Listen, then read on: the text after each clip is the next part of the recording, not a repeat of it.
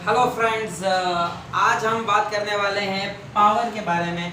देखिए, पावर जो होता है वह होता है rate of doing work of an object. ठीक है ना। Rate of doing work of an object is called power. Power is equals to work done upon time. ठीक है, W अपॉन टी। अब देखिए, अगर मान लीजिए कि किसी ऑब्जेक्ट पर dW वर्क हो रहा है और dt टाइम में हो रहा है, तो उसकी इंस्टेंटेनियस पावर को हम क्या कहते हैं? dW/dt कहते हैं। मान लेते हैं कि हमारे पास एक ऑब्जेक्ट है और उस ऑब्जेक्ट पर जिसका मास m है, उस ऑब्जेक्ट पर हम एक फोर्स लगाते हैं F वेक्टर, और जिसके कारण जो है डिस्प्लेसमेंट ds वेक्टर। तो यहाँ पर F वेक्टर फोर्स लगाया है और डिस्प्लेसमेंट ds वेक्टर है। ओके, तो देखिए मैं लिख सकता हूँ dw को F vector dot ds vector. Okay, हम लिख सकते हैं इसको इस तरह से F vector dot ds vector, और डिवाइडेड बाय dt, जिसको हम इस तरह भी लिख सकते हैं F vector dot ds vector by dt। अच्छा देखिए, ds वेक्टर बाय dt जो होता है, ds वेक्टर बाय dt मतलब rate of change of displacement. तो rate of change of displacement जो होता है वह वेलोसिटी होता है। तो नेक्स्ट स्टेप में आ जाएगा P is equals to F vector dot v vector. तो पावर जो है वह क्या होगी? फोर्स और वेलोसिटी वेक्टर के डॉट प्रोडक्ट के इक्वल होगी, F vector dot v vector. I hope आपको ये समझ में आया होगा। इसके बाद अब इसकी जो यूनिट है, यूनिट ऑफ पावर जो है वो होती है watt. 1 watt is equals to 1 joule upon 1 second. 1 watt जो होती है वो 1 जूल अपॉन क्या होती है? 1 सेकेंड होती है। तो अगर कोई ऑब्जेक्ट 1 जूल वर्क करता है 1 सेकेंड में, तो उसकी पावर क्या कहते हैं? 1 वॉट कहते हैं।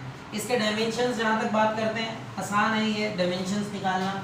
डायमेंशंस जो है वो हो जाएंगे m1 L1 की to the power -2, work done m1 L2 की टू द पावर -2, और टाइम t1 हो जाएगा।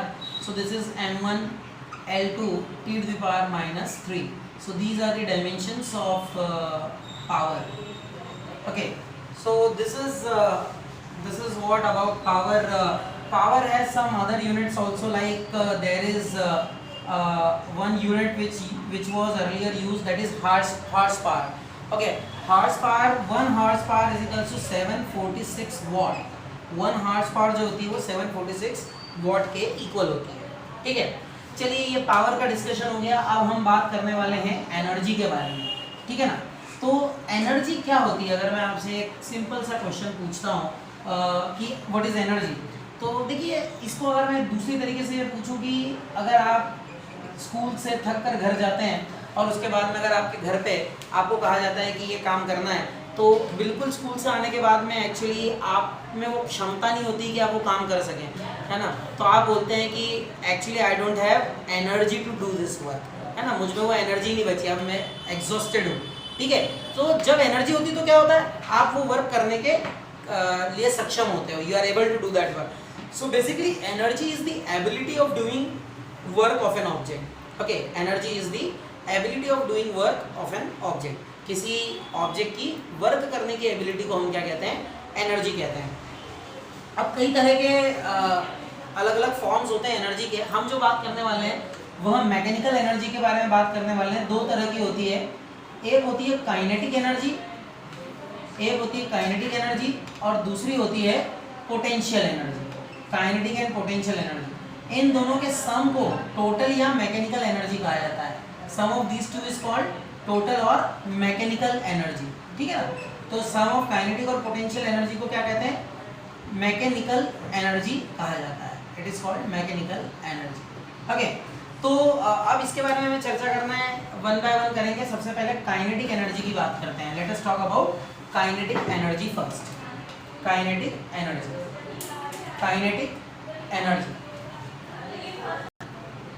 हेलो फ्रेंड्स, अब देखिए हम बात कर रहे थे काइनेटिक एनर्जी के बारे में। देखिए, kinetic energy is the energy possessed by an object because of its motion. यह वह एनर्जी होती है जो कि मोशन के कारण ऑब्जेक्ट क्या करता है? पोजेस करता है। ठीक है ना। तो अगर कोई ऑब्जेक्ट है वह तेजी से मूव कर रहा है तो उसमें काइनेटिक एनर्जी ज़्यादा होगी, और अगर वो धीरे मूव कर रहा है तो उसमें काइनेटिक एनर्जी कम होगी। ठीक है, तो काइनेटिक एनर्जी किन फैक्टर्स पर डिपेंड करती है, इस पर हम बात करेंगे। देखिए, क्या क्या एग्जाम्पल्स है काइनेटिक एनर्जी के, तो वो तो खैर आपको पता है ना। विंड जब ब्लो करती है तो आपको चलने में मुश्किल होती है, just because of the kinetic energy of the wind. kinetic energy of the flowing water can be utilized to actually do some work. So these all are examples of kinetic energy. चलिए अब हम expression derive करेंगे kinetic energy की. इसके लिए हम assume कर लेते हैं, let us consider that there is an object of mass m. मान लेते हैं कि हमारे पास में एक ऑब्जेक्ट है जिसका मास m है और ये ऑब्जेक्ट जो है यह इनिशियल वेलोसिटी u से क्या कर रहा है, मूव कर रहा है. ठीक है, और यह जो है यहाँ पर एक फोर्स इस पर लगता है और फोर्स लगाने पर ये एक पर्टिकुलर टाइम में क्या करता है, वेलोसिटी v एक्वायर कर लेता है. ठीक है, वेलोसिटी v एक्वायर कर लेता है और जो डिस्प्लेसमेंट है इसका वह होता है s. डिस्प्लेसमेंट क्या होता है, s डिस्प्लेसमेंट होता है. तो अब देखिए फोर्स f वेक्टर लगाया है आपने और डिस्प्लेसमेंट हो रहा है s वेक्टर ओवरऑल. अब मैं इसमें एक काम करता हूँ, मैं मान लेता हूँ कि एक छोटे डिस्प्लेसमेंट ds वेक्टर के दौरान, late us consider that during a displacement ds vector work done over the object is dw. Work कितना होता है ऑब्जेक्ट पे, dw होता है. अच्छा, ये जो है ये work done by constant force है. फोर्स जो है वो f वेक्टर ही लग रहा है. तो मैं क्या लिख सकता हूँ, जो ये वर्क डन है dw, इसको मैं लिख सकता हूँ f vector dot ds vector. क्या लिख सकता हूँ, f vector dot ds vector. अब आप देखिए ये जो फोर्स और डिस्प्लेसमेंट वेक्टर है दोनों एक ही डायरेक्शन में लग रहे हैं. ठीक है, अब आप देखिए कि अगर मैं F D S cos theta करता हूँ तो मुझे पता है दोनों एक ही डायरेक्शन में लग रहे हैं, तो ये क्या हो जाएगा, कॉस जीरो हो जाएगा. कॉस जीरो आपको क्या दे देगा, 1 दे देगा. तो यहाँ से मुझे डी डब्ल्यू जो स्मॉल वर्क डन है वह मिल जाएगा एफ इंटू डी एस. क्या मिल जाएगा, एफ इंटू डी एस मिल जाएगा. ठीक है, तो ये जो है ये छोटा वर्क डन आ गया, स्मॉल वर्क डन आ गया. ठीक, आपको पता है कि एफ जो होता है by second law, Newton second law of motion, F जो है वह m इंटू ए के इक्वल होता है. F equals to mass into acceleration. अब नेक्स्ट स्टेप में मैं लिख सकता हूँ डी डब्ल्यू is equals to m into a into d s. ऐसा मैं लिख सकता हूँ. अब देखिए आप m इंटू ए की जगह क्या लिख सकता हूँ मैं, a is d v by d t into d s. ऐसा लिख सकता हूँ, d v by d t into d s. ठीक है, अब देखिए यहाँ पर इसके बाद मैं लिख सकता हूँ d W is equal to m into dv into ds by dt. मैं इसको इस तरह से लिख सकता हूँ. अब देखिए rate of change of displacement जो होता है वो क्या होता है, वेलोसिटी होता है. So in very next step you can write dw is equal to m dv into v. ठीक है, इसको मैं लिख सकता हूँ dw is equal to mv dv. ठीक है, mv. अब आप देखिए ये आपके पास एक्सप्रेशन आ गया है, इसको इक्वेशन में दे देता हूँ, 1 ही दे देता हूँ. अभी पहले कुछ भी इक्वेशन नहीं दिए तो अपन दे सकते हैं. अब आप ध्यान से देखिएगा यहाँ पर कि अगर मैं यहाँ पर dw जो है mv dv है, इसको मैं with in the appropriate limits अगर इंटीग्रेट कर देता हूँ तो हमें क्या मिल जाएगा, हमें टोटल वर्क डन मिल जाएगा. तो मैं करता हूँ w is equal to integration dw कर देता हूँ और ये हो जाएगा w is equal to integration dw की जगह मैं लिख सकता हूँ mv dv. जहाँ तक सवाल उठता है, अच्छा dw जहाँ तक सॉरी mv dv, और जहाँ तक सवाल उठता है लिमिट्स का, तो लिमिट जो है वो u से क्या हो रही है, v तक वो हो रही है, चेंज हो रही है. तो अपर लोअर लिमिट है u और अपर लिमिट है v. अब आप देखिए जो w है, w को मैं लिख सकता हूँ m बाहर आ जाएगा, कांस्टेंट है. इंटीग्रेशन v dv जो है उसको हम लिख सकते हैं v स्क्वायर बाय 2 और लिमिट होगी u से लेकर v तक. नेक्स्ट स्टेप में लिख सकता हूँ w is equals to m by 2 v square minus u square. ठीक है, अब यहाँ लिख सकता हूँ w is equals to 1 by 2m v square minus u square.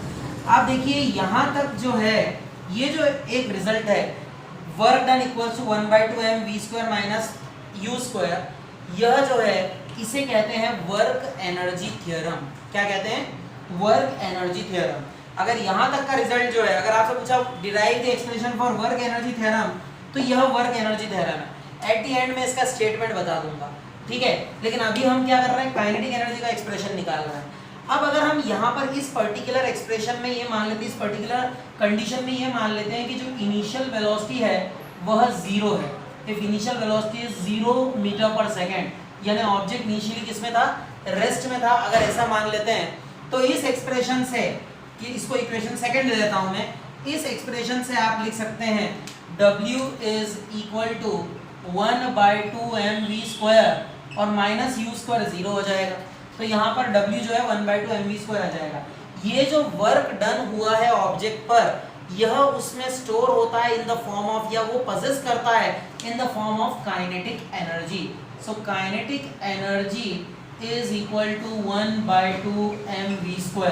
ठीक है, तो अगर ऑब्जेक्ट v वेलोसिटी से मूव कर रहा है तो उसकी काइनेटिक एनर्जी क्या होगी, 1/2mv² होगी। This is the expression for the kinetic energy. अब आप ध्यान से समझिएगा कि काइनेटिक एनर्जी ये है, और इस एक्सप्रेशन को अगर आप देखेंगे इक्वेशन 2 को, जो कि मैं बोल रहा था कि मैं स्टेटमेंट आपको बाद में बताता हूँ, तो देखिए इस स्टेटमेंट से आपको पता चलेगा कि जो W है वह इक्वल टू होगा 1/2mv² माइनस 1/2mu²। और ये जो है आप ध्यान से समझिएगा, ये क्या है, this is nothing but change in kinetic energy. इसका मतलब क्या है, देखिए ये फाइनल काइनेटिक एनर्जी और ये इनिशियल काइनेटिक एनर्जी। इसका मतलब क्या है, work done on an object by a force is equal to change in kinetic energy, and this particular statement is the statement of work energy theorem. This is the statement of work energy theorem. So what you have to do, if it is asked that write the statement of work energy theorem and derive its expression, so right from the beginning you will write that work energy theorem states that work done on an object by a force is equal to change in its kinetic energy. Work done by a force on an object is equal to change in its kinetic energy. Okay, and this much part you have to prove. You don't need to consider this particular part because this is for the kinetic energy expression, but here this is the work energy theorem. I hope you understood this. Thank you very much. Happy learning.